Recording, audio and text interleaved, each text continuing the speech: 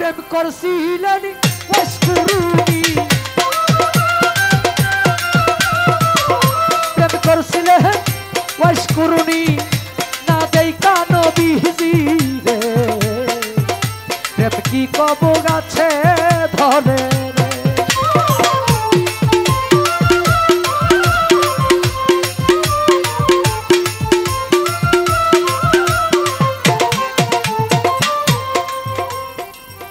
আমার দয়াল নবী বিদায়ের কালে আসাব গন্ডা খিয়া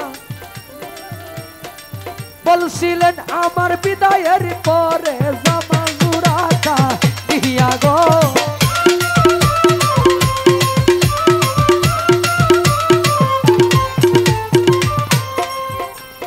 নবী বলে ওয়াশকুরুনি নামেই গো পাগলা তোমরা রে জানাই জামা জুরাটা তারে দিবা লাগে আল্লাহর দুহায় রে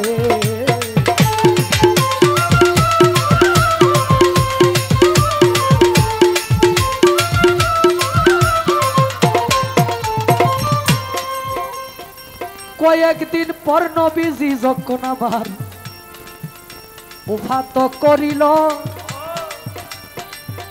দাফন কাফন কইরা গয়ালি মনেতে ভাবিল গো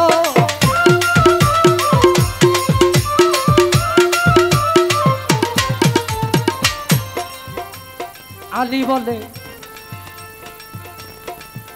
কোন দেশেতে থাকে রে পাগলা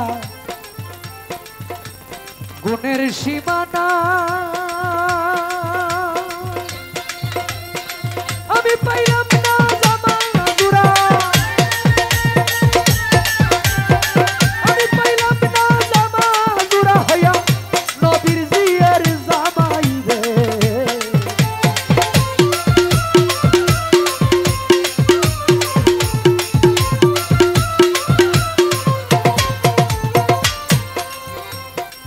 দাফন কাফন কইরা গয়ালি রওনা দিল করে যারেই পায় তারে জিগায় তোমরা চিনোনি পাগে লারে গো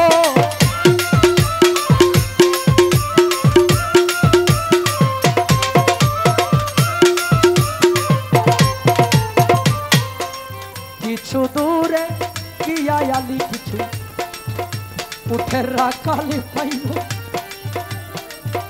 রাখাল গণের কাছেই গয়ালি জিজ্ঞাসা করিল গো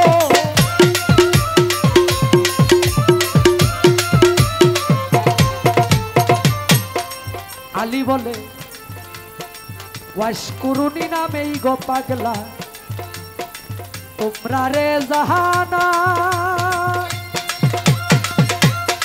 জানলে পাগলার খবর বলো লাগে আল্লাহর দুহায় রে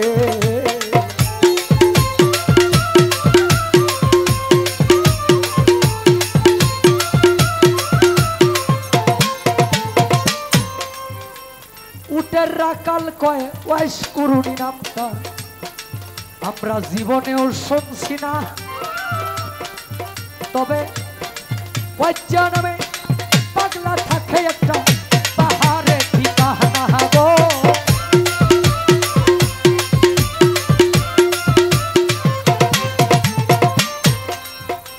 যেই দিন হইতে পাগলা আইল আপনার সর্বনাশ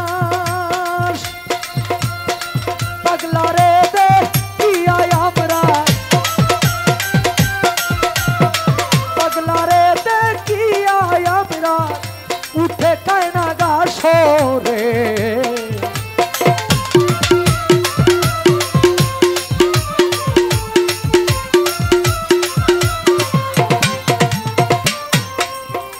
হযরত আলী রওনা গদিল সেই পাহাড় ধরিয়া কিয়া দেখে পাগলা বেঠায় আছে সজিদাই পড়িয়া গো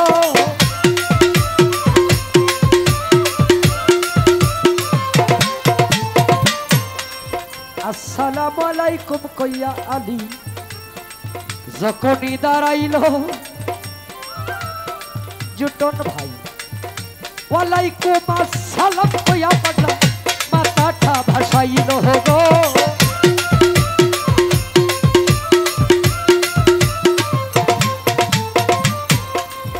পাগলায় বলে কোন দেশেতে বাড়ি গো তোমার, কোন দেশেতে ঘর, তাড়াতাড়ি জানলে বলো আমার নবীজির খবর গো।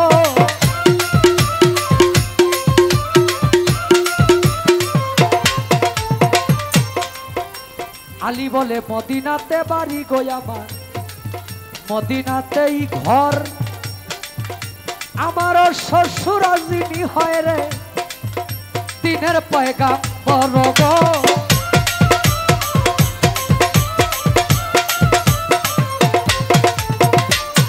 পাগলায় বলে কেমন আছেন গো আমার মায়ার নবী, আমায় যাও বলিয়া আমার পুরা বুকটা শীতল করি আলী তোমার বুকে শুইয়া গো।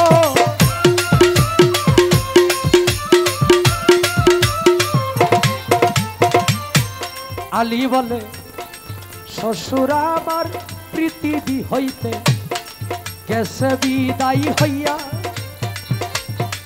এই দিন আপনার জামা জুড়াই আমি আপনারে যাই দিয়া গো।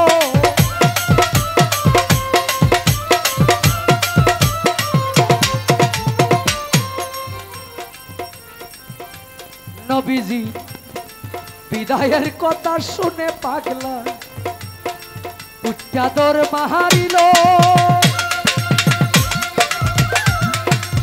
বিরাট এক জঙ্গলার মাঝে সজিদাই পড়িল রে।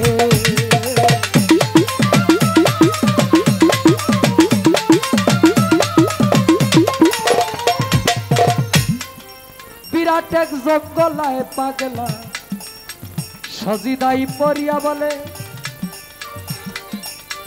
আরশটা টান দিয়া যাইব আল্লাহ আজকে জমিনে না মায়া রে।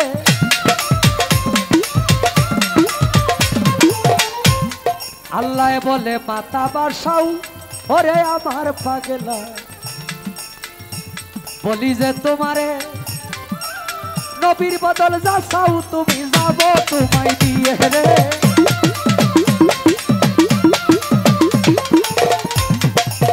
পাগলায় বলে তা হইলে বাপ কইরা দেন আল্লাহ আমার দয়াল নবী উম্মতের গুনাহ সুলয়া না। আল্লাহ বলে মাফ করলাম যাও গুনাহ ছাড়িয়া না।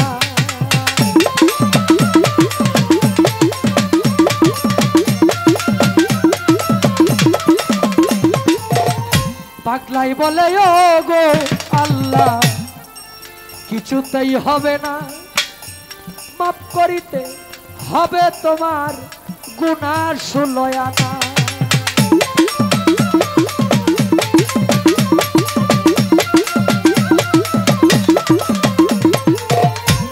আল্লাহ বলে মাফ কইরা দিলাম রে পাগলা গুনাহ আশ্রয় না।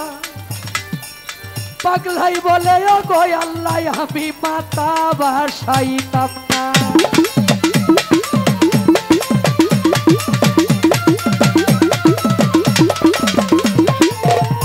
আল্লাহ বলে মাফ কইরা দিলাম রে পাগলা গুনাহ বাড়ায় না। এমন সময় হযরত আলী পাগলার কাছে হয় রুয়ানা রে।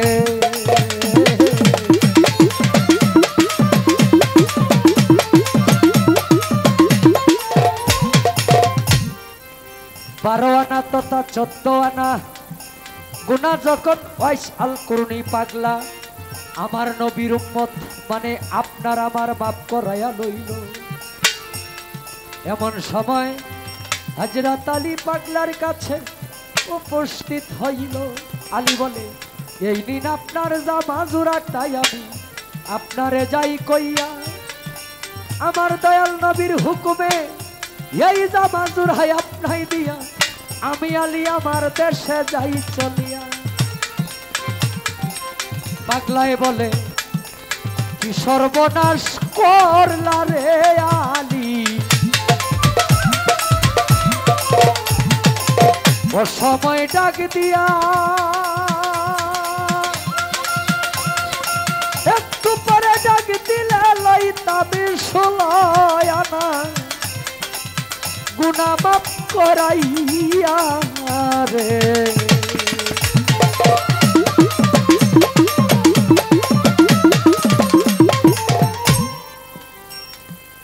আজকে যার নামের উপরে এই মিলন মেলার আয়োজন, হযরত খাজা মঈনুদ্দিন চিশতি রাহমাতুল্লাহ আলাইহির পীর ছিলেন খাজা উসমান হারুনি। ওনার যিনি পীর ছিলেন খাজা শাহ শরীফ জিন্দানি।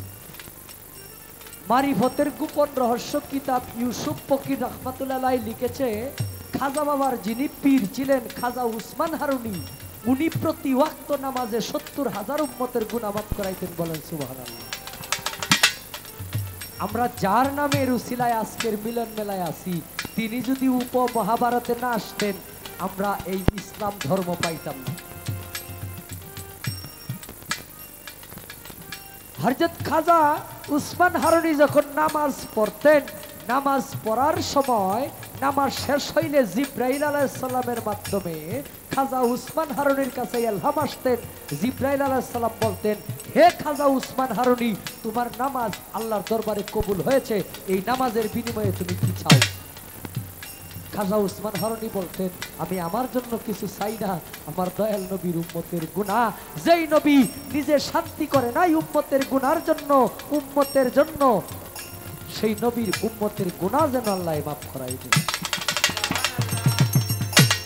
ওলিয়া উলিয়ারা দয়াল নবীর উম্মতের চিন্তা করছে। হাদিস শরীফ থেকে প্রমাণ আসছে বাবা, যদি কোনো ব্যক্তি নিজের জানের চাইতে অধিক ভালো আমার নবীজিরে না বাসতে পারে, সেই ব্যক্তি নিজেরে মুসলমান দাবি করতে পারবে না। স্পষ্ট দলিল। এখন আমরা নবীজির কথা যেখানে হয় এখানে বাধা দেই, এখানে নবীজির কথা শুনলে পিছা ঘুরায় ঘুরায় জায়গা। এই বর্তমান রেডিমেড মুসলমান আর কি, এগুলা রেডিমেড মুসলমান, যারা নামদারি মুসলমান, এই হলো বর্তমান সমাজ ব্যবস্থা। যেই পাগলা জামাজুরা পাইলে হযরত আলী জিজ্ঞেস করে, আমার দয়াল নবীর হুকুমে এই জামাজুরা দিয়ে গেলাম, আমি আলীর মনে শান্তি পাই, কিন্তু আমার মনে একটা প্রশ্ন, এই বয়সে আপনার মুখের দাঁত পড়ে গেল, আমি আলী বিষয়টা বুঝলাম না। তখন পাগলায় কয়,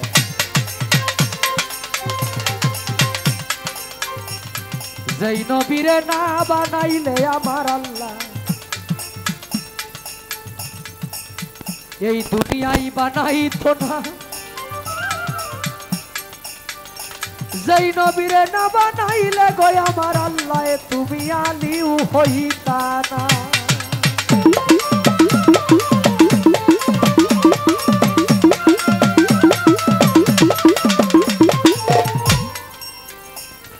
আমি গাড়ি থেকে যখন ঘুম থেকে উঠলাম, গতকালকে প্রায় অনেক দিনের সিরিয়াল শেষ করে নামাজে গেছি, তাও সবে বরাত ছিল গতকালকে, গান বাংলাদেশে হয় নাই, শুধু নামাজ হয়েছে। আমাদের শরীয়তের একটা বড় নিয়ামতের রাত্র। এখন ঘুমাইছি গাড়ি থেকে, ঘুম থেকে ওঠার পরে দেখি আমার এই ডুল মাস্টার একটা পোস্ট দেখাইতেছে যে আমাদের সিলেট হবিগঞ্জের একজন বাঁশিওয়ালা, রুবেল করে নাম, আশিক, যিনি ফোক গান করে, আপনারা তো চিনেন অনেকেই, আশিক ভাই ফোক। আচ্ছা, উনি ফোক গান করে বিভিন্ন চ্যানেলে বিভিন্ন স্টেজ প্রোগ্রাম করে, ওনার সাথে বেশিরভাগ সময় থাকতেন। বয়স আমাদের চাইতে হয়তো 5 থেকে 7 বা 10 বছরের বড় হইতে পারে। হঠাৎ করে চলে গেছে। বড় কোনো রোগে আক্রান্ত ছিলেন না, আগের দিন হয়তো গানও করেছে। মানুষের জীবন, কারণ আপনার আমার কাছে যখন মৃত্যুর দূত পাঠাইব, তখন আমার এলাকার চেয়ারম্যান সাহেবরে কইব না আগে যে আপনার এলাকা থেকে একজন মানুষ নিয়ে আসবো, এমপি সাহেবরে বলবে না যে এমপি সাহেব আপনার এলাকা থেকে তো এই জোয়ান ছেলেটাকে নিয়ে আসতে হবে, কাউকে বার্তা দিয়া আসে না। মানুষ বাঁচে হইল আশায়, আশা হইল জীবন হইল ক্ষণস্থায়ী, আশা হইল চিরস্থায়ী। মানে আমি আশা করতেছি আমি বুড়া হব, নাতি নাত করে নিয়ে আমি খেলা করব, ওই পর্যন্ত আমি যাইতে পারব না, নাও যাইতে পারি। আমি আশা করতেছি যে পাশের বাড়ির ছেলেটা মারা গেছে হার্ট স্ট্রোক করে, নয়তো রোড অ্যাক্সিডেন্টে, আমি তো রোড অ্যাক্সিডেন্ট করি নাই, তাহলে আমি এখন মরবো না। এই চিন্তা কইরা সামনে বাড়াবো। মনে করতে হবে এই যে কথা বললাম, এই কথা বলার পরে আমার কোনো কথা বলার সাহস সময় নাই, থাকতে পারে না। এটাই আমার জীবনের শেষ কথা। মানুষ আশায় বাঁচি, আমি এটা করব, কালকে এটা করব। ঘুম থেকে উঠে ঘুমানোর আগে আশা করি যে আমি ঘুম থেকে উঠে ওই কাজটা করব। আবার ঘুম থেকে উঠে ওই কাজটা শেষ করে আবার বলি যে আমি ঘুমাবো, ঘুমানোর আগে আবার আশা একটা করে ঘুমাই। মানুষের জীবন অনেক সময় মনে হয় জীবনটা এখানে ব্রেক, কিছু নাই জীবনে, কিছু নাই। এই যে মানুষটা, এই যে এখন তারে কবর দেওয়া হয়েছে, এখন তার কবরের রাত্রটা কেমন, কবরের প্রথম রাত্রটা তার কিভাবে যাইতেছে একমাত্র মালিক জানে। আমরা এখানে হাজার মানুষ আছি, আমাদের মনে কোনো ভয় নাই, কিন্তু ওই জায়গায় আশেপাশে কেউ থাকবে না।